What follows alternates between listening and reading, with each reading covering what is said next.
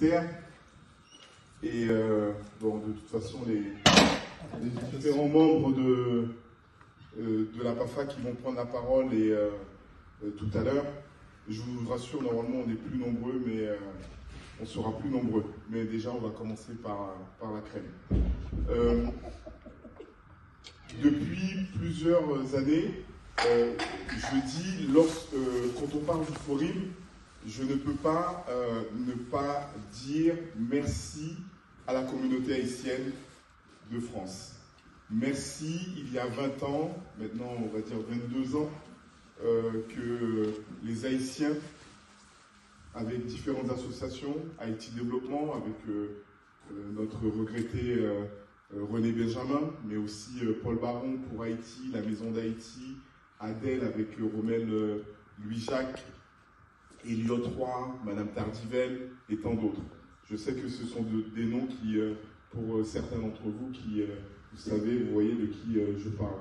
Ben, ce sont ces structures-là, avant que nous, ou avant que d'autres associations, ou avant que d'autres Haïtiens viennent s'installer sur le territoire français, ce sont eux, depuis de nombreuses années, qui ont fait ce travail-là que vous faites actuellement, donc qui ont accompagné les Haïtiens de la communauté et qui ont permis, dans les échanges à l'époque, il y a plus de 22 ans, avec les autres communautés de migrants, tels que les Béninois, les Sénégalais, les Maliens, les Congolais et d'autres, Marocains et tant d'autres, c'est eux qui étaient à la table des discussions pour réfléchir à une structure qui est devenue le Forim.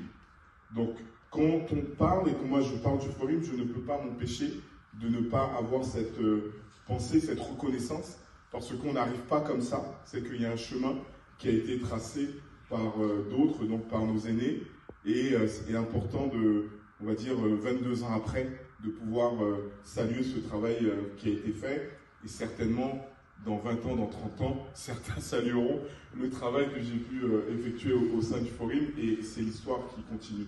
Donc effectivement, quand je dis ces associations-là, c'est elles également qui ont réfléchi à mettre en place la PAFA, la plateforme d'associations franco-haïtiennes, parce qu'il était important auprès des pouvoirs publics français d'avoir comment dire, ils étaient sollicités par les uns et par les autres, on veut être accompagné pour les projets en Haïti, etc., etc. Mais l'État français avait besoin également d'avoir une structure à qui parler, pas forcément qui représente la communauté haïtienne en France, puisque c'est une plateforme d'association, mais qu'on puisse être ensemble pour pouvoir réfléchir ensemble à ce qu'on peut faire pour Haïti, mais aussi ce que nous pouvons faire avec et en direction de nos compatriotes sur les territoires français.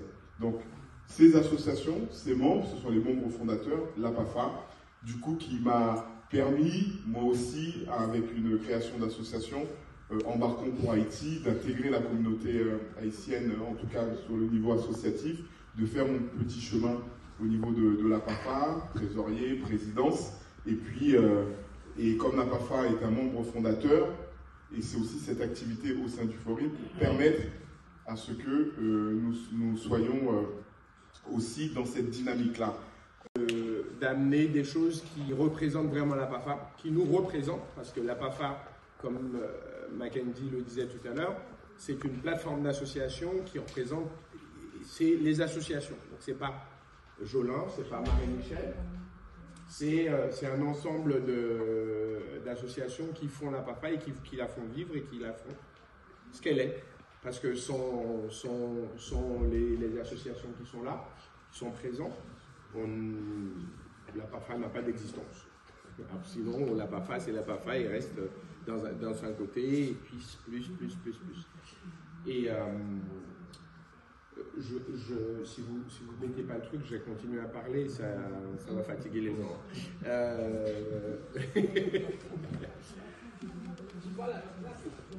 Comment? Ouais, mais on est...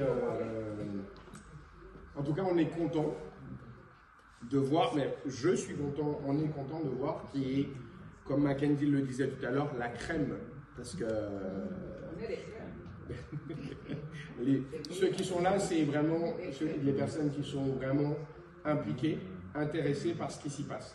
Ceux qui ne sont pas là, on pourra les excuser quand ils s'excuseront. Mais pour le moment, ceux qui sont là, on s'intéresse à vous. On s'intéresse à ce que vous faites, on s'intéresse à ce que nous pouvons mettre ensemble pour pouvoir faire avancer la communauté haïtienne en France. Et toutes les associations qui travaillent, qui œuvrent pour que, autant ici, parce que moi j'ai tendance à dire que si on n'est pas bien dans le pays, on ne peut pas bien aider les gens au pays. Je ne sais pas si vous voyez ce que je veux dire. Oui, donc si on n'est pas bien installé en France, comment on peut aider la famille qui se trouve en Haïti? Si on n'est pas bien installé psychiquement, économiquement et... Pour être fort là-bas, il faut être fort ici. Merci beaucoup. Non, c'est le mot de Michael Mack, c'est son discours. Non, mais il est important de le dire parce que on sait bien que les difficultés qui se passent en Haïti, par ricochet, on les a ici parce que c'est... Numérique, aider les personnes, par exemple, remplir leurs impôts, parce que tout est dématérialisé aujourd'hui. Donc, on a fait des sessions, je vois certains visages, des sessions d'initiation à l'informatique pour ceux qui avaient des difficultés. Donc, ça a fait durer 2 mois et puis on nous redemande d'ailleurs de recommencer. Oui. Donc, il y a un nouveau lieu qui est trouvé et qui on continuera à faire les formations parce que simplement il est nécessaire. Dans ce que tu disais, c'est qu'il y a certaines personnes qui sont là, ont beaucoup de mal avec l'outil informatique. Donc, les aider déjà à prendre un premier élan dans ça, c'est extrêmement intéressant. Et puis, c'est extrêmement important aussi de pouvoir, quand le gamin il s'en va de la maison, de pouvoir aller chercher ses informations et tout ça. Nous avons aussi l'accompagnement juridique. Donc, cette cellule, je suis dans cette cellule avec Esther, ils l'ont dit des fois, donc dans cette cellule d'accompagnement juridique, moi je suis juriste en droit social spécialisé droit des humains, donc nous accompagnons surtout pour tout ce qui est préfecture, même jusqu'aux tribunaux, etc., mais aussi travail, tout ce qui est droit du travail. Et les familles en difficulté, toutes sortes en fait, trouver une assistance sociale, et tout ça en toute discrétion. Donc on sait que les Haïtiens n'aiment pas, mais la plupart des familles qu'on aide, même au sein de la PARFA, même au sein du bureau, il y a très peu de gens qui connaissent vraiment les noms des gens. Donc si en cas de difficulté, n'hésitez vraiment pas, parce que la PARFA est là, et dans cet accompagnement juridique, il y a quelque chose qu'on fait et qu'on ne parle pratiquement très peu avec Esther. On est devenus des professionnels de la recherche des enfants adoptés qui recherchent leur famille en Haïti. Donc Esther, elle peut appeler des mères, elle peut appeler les églises, on a mis en contact déjà 5 adoptés. Certains ne parlaient pas créole, donc Esther faisait la traduction, etc. Donc il y a ça aussi qu'on fait, mais qu'on ne parle pas. On met en mise en relation, recherche de parents en Haïti pour les enfants adoptés en France de familles françaises. Je disais tout à l'heure, on fait plein de choses dont on ne parle pas.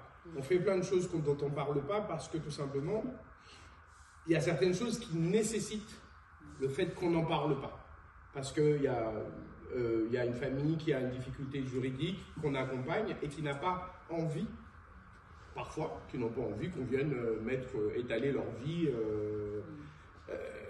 devant tout le monde. Donc, on a cette discrétion-là, même si je parle beaucoup, je suis très discret quand il le faut. Mais il faut que dans vos entourages, je pense que tout autant qu'on est, on peut rencontrer un voisin haïtien qui est en une situation et on peut lui dire, on a une association, une plateforme d'association vers laquelle tu peux aller. Même si on n'a pas la solution je dis bien, même si on n'a pas la solution. Il y en avait un, on n'avait pas la solution, c'était une famille, c'était une jeune femme qui venait de la Guyane et avec ses enfants, et elle s'était retrouvée chez sa mère et le beau-père lui faisait des attouchements, etc. Et du coup, du jour au lendemain, elle s'est retrouvée à la rue et on a fallu, en fait, quand elle est venue nous voir, l'assistante sociale était en train de lui prendre les enfants. Et sur le coup, avec Esther, on était désespérés parce qu'on n'a pas trouvé de solution. On était en plein hiver, on n'a vraiment pas trouvé de solution. C'est une église qui a ouvert des lits. On a pu ramener à manger à cette famille-là tous les jours, on sortant du travail. On a pu accompagner cette famille-là et aujourd'hui, cette dame-là est comptable. Et elle nous appelle, c'est elle qui nous appelle tous les mois pour nous dire merci, mes enfants vont bien, elle nous envoie des photos. Donc voilà, ça finit. Voilà.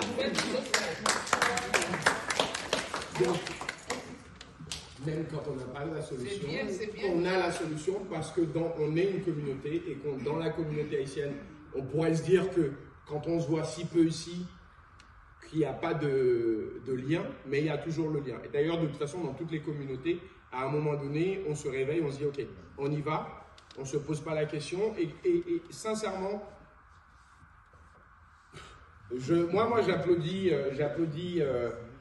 la cellule qui fait ce travail-là, parce que ce travail-là est extrêmement nécessaire pour aider les Haïtiens à prendre conscience que nous sommes,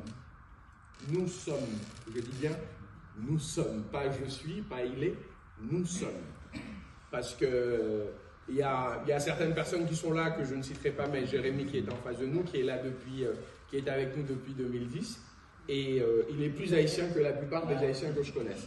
Là, vous voyez, même quand on n'a pas d'endroit pour faire les formations, l'entraide, elle est vraiment... oui. Et là, cette salle-là, c'est celle-là, parti communiste de la Seine-Saint-Denis. Donc on les remercie pour nous mettre toujours cette salle-là à disposition. Voilà. Et on a oublié aussi quelque chose de très important, on oublie tout le temps Esther, on ne l'a pas mis, c'est... D'ailleurs, même vous, on ne vous en parle pratiquement jamais. C'est la préfecture, l'ambassade, le consulat nous appelle par moment en nous disant j'ai une personne à l'hôpital, je n'ai pas de document sur cette personne-là. Et la personne est décédée, on n'a aucun élément, tout ce qu'on sait, c'est un haïtien. Donc là, l'enquête commence dans l'autre sens. Il faut aller chercher d'où vient cet haïtien et trouver sa famille pour qu'il ne soit pas enterré dans la fosse commune. Et la plupart du temps, on arrive quand même, avec nos partenaires en Guadeloupe et en Martinique, à retrouver la famille, à chercher sur le terrain pour que la famille pour que le corps soit repatrié dans les Antilles. Voilà. Je voudrais juste... En fait, tout ça là, je voudrais juste donner l'exemple de la personne qu'on a aidée. C'est un jeune homme qui a été adopté. Hein. Il est arrivé ici, il avait 4-5 ans. Et il cherchait sa famille. Je ne sais pas, il a trouvé les coordonnées de la papa. Donc, quand il a dit, oui, il n'avait pas beaucoup d'éléments. Mais il se rappelait quand même de la ville d'où il venait, vers Fort-Liberté. Et quand il nous a appelés, là, il a 36 ans. 36 ans qu'il ne connaît pas sa famille, il ne connaît pas sa maman, il connaît... Bon, bref. Et grâce au contact de pasteur Level, c'est vers Fort-Liberté. Voilà. Il est originaire de Fort-Liberté. Voilà, donc du coup, on a retrouvé sa famille. Et donc du coup, il a retrouvé sa maman, ses sœurs, il les aide. Parce qu'on lui a bien expliqué, on a dit attention, ce ne sera pas la même vie, il va falloir que tu les aides maintenant. Et donc, il est très content. La dernière fois, qu'est-ce qu'il avait fait? Parce que bon, nous, on ne demande pas grand-chose, hein, mais il nous avait même envoyé un don pour faire à l'église, parce que justement, il a retrouvé sa famille. Je passe la parole à Naomi pour vous entretenir. Là-haut, tu as 3 minutes. Fais pas comme Jonathan. 3 minutes, c'est beaucoup trop. Alors, je dis bonsoir à tout le monde. Bonsoir, chère présidente. Bonsoir à la PAFA. Bonsoir également aux amis d'Haïti. Alors, je vais faire quelque chose un peu de différent. Je passe la parole à Naomi pour vous entretenir. Là-haut, tu as 3 minutes. Fais pas comme Jonathan. 3 minutes, c'est beaucoup trop. Alors, je dis bonsoir à tout le monde. Bonsoir, chère présidente. Bonsoir à la PAFA. Bonsoir également aux amis d'Haïti. Alors, je vais faire quelque chose un peu de différent.